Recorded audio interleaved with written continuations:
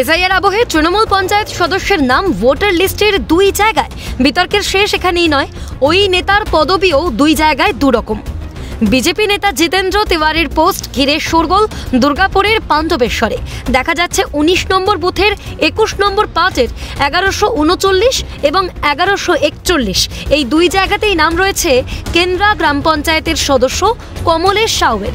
একটি পার্টে নাম রয়েছে কমলেশ সাউ, আরেক পার্টে নাম রয়েছে কমলেশ সৌ। সেই তথ্য সোশ্যাল মিডিয়ায় ভাইরাল। ইতিমধ্যে বিজেপির তরফে অভিযোগ দায়ের করা হয়েছে থানায়। নির্বাচন কমিশনের কাছে শাস্তির দাবি জানিয়েছেন বিজেপি নেতা জিতেন্দ্র তিওয়ারি। তার দু জায়গা নাম একই পার্টে, দুটো ভোটার কার্ড তো ওর কাছেই আছে। ইমিডিয়েটলি এইসব ব্যক্তিদের বিরুদ্ধে এফআইআর করা উচিত, এদেরকে অ্যারেস্ট করা উচিত।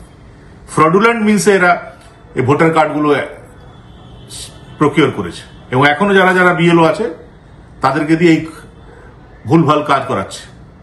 আমরা দাবি করছি যে ইলেকশন কমিশন, আমরা আমাদের দলের তরফ থেকে ছেলেরা এফআইআর করেছে থানায়, ইলেকশন কমিশনকে বলবো যে ব্যবস্থা নিন, এটা কি করে চলতে পারে।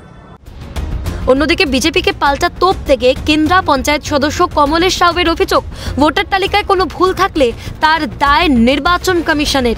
বিজেপির কাজই হচ্ছে মানুষকে বোকা বানানো এবং ভুল পথে পরিচালিত করা।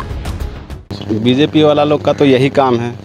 ये तो सेंट्रल का है, ये जो वोटर कार्ड है सेंट्रल का है, तो सेंट्रल को देखना चाहिए। 2 गो है, 3 गो या 4 गो है। हम तो एगो हमको मिला है, हम एगो वोट देते हैं।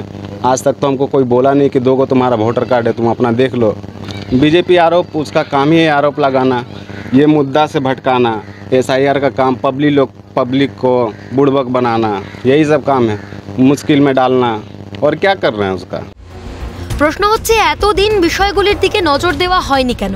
বিষয়টি প্রকাশ্যে আসতেই শাসক বিরোধী তরজায় সরগরম দুর্গাপুর থেকে রাজেশ সেনগুপ্তর রিপোর্ট, ক্যালকাটা নিউজ।